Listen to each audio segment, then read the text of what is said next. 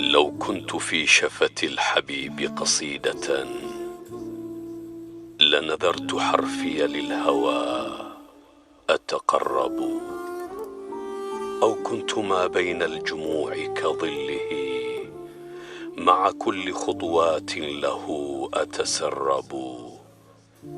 إن جاء ليل كي أغيب وأنتهي، أو راغ مني كيف راغ الثعلب. حولت نفسي للحبيب وسادة حتى على نبض الهوى يتقلب. ورجعت عند الصبح وحي قصائد، وكتبت في عينيك ما لا يكتب.